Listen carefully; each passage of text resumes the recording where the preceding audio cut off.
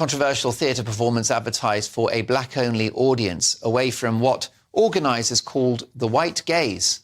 It was held in London. Bosses behind the Tambo and Bones production at the Theatre Royal Stratford East encouraged white people to stay away from the one-off blackout in what critics have called a backward and racist move.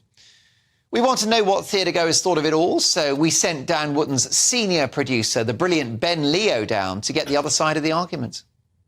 I think the biggest importance is that we need space for ourselves, just to feel free and exist.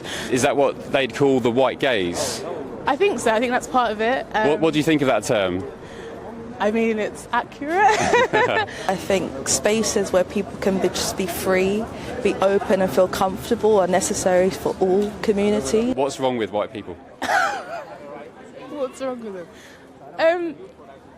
It's not that there's anything wrong with white people. I think it's in the same way that like an LGBTQ plus space is for LGBTQ plus people. His famous quote, of course, where he says, "I had a dream that my children would be judged on the content of the character, not the colour of their skin." What he was saying was that all people should be judged evenly, but we are not judged evenly in the traditional theatre spaces. How are black people treated unfairly in theatre? Can you give some examples? Oh, I'm not here to go into that now because this is a very casual interview outside of another event, and I have many experiences of being treated as other within the spaces I am working by people who are in the audience. I'm not talking about theatre and audience members. By audience members. So what would they do? Just No. This is not honouring my experience to come and try and trivialise it by just giving you some short answer. I'm not trivialising. I'm saying